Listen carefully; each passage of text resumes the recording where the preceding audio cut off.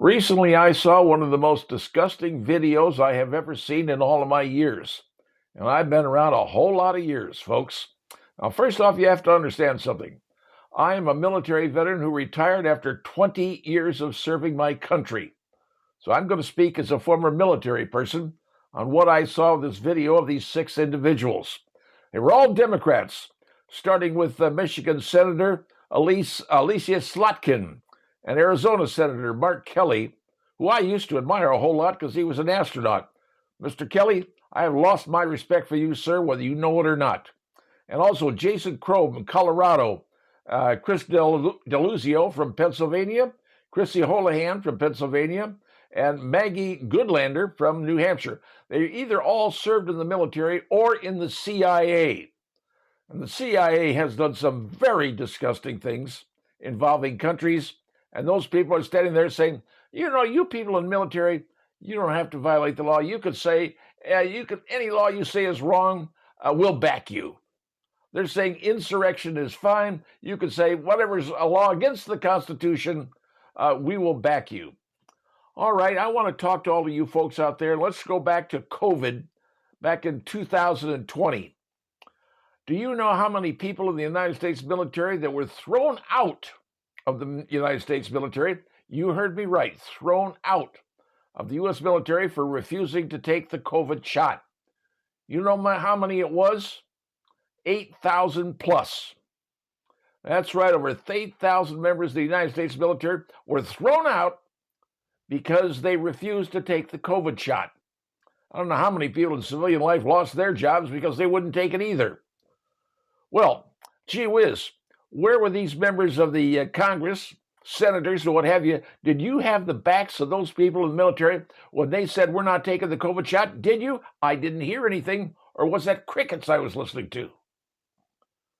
So you're saying the troops out there, if it's illegal, you don't have to do it. Under the UCMJ, if something is unconstitutional, you have the right to object to it. Now think about that. That's fine. But remember, any order that comes down has to go through a lot of levels. And a lot of people have to take a look at it and say, is this constitutional? Is this legal? There's a posse comitatus rule in the Constitution, where the military cannot act as the law enforcement per se. They can't be sheriffs arresting people. They don't have that authority. But right now, these Democrats are going out saying, well, you can decide what you don't want to do, and it's illegal.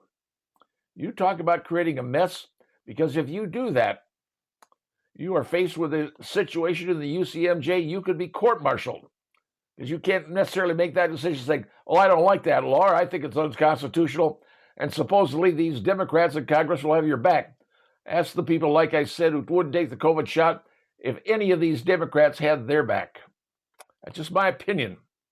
I'm disgusted by what I've seen, and these people should be ashamed of themselves, but apparently they're not.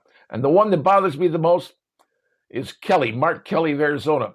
He said, well, I was a combat veteran. Well, sir, apparently you fought in the Gulf War, correct? Was that a legal war? Was that declared an official war by Congress? Because if it wasn't, Senator, then you were flying in an illegal war that you flew in. Some might argue the same thing involving the Vietnam War, even though they had the Gulf of Tonkin resolution. That was not an act of Congress in the war. Congress acted and created a war in World War II. But was Iraq a war? Was it declared a Congress a war, Senator? I don't think it was. You, sir, have disgusted your rank. And frankly, I used to respect you a whole lot because you were an astronaut. But, sir, what you did was absolutely about as bad as anything I've ever seen. And you're liable to create a whole lot of problems for a lot of people in the military that are taking your word. Like I said, folks that wouldn't take the COVID shot, I didn't see you there standing for them.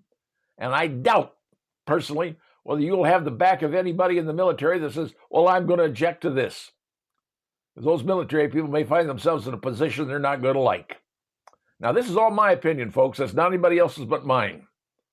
But I find what they did disgusting on every level I could possibly think of, and I'm saying that as a retired member of the United States Air Force.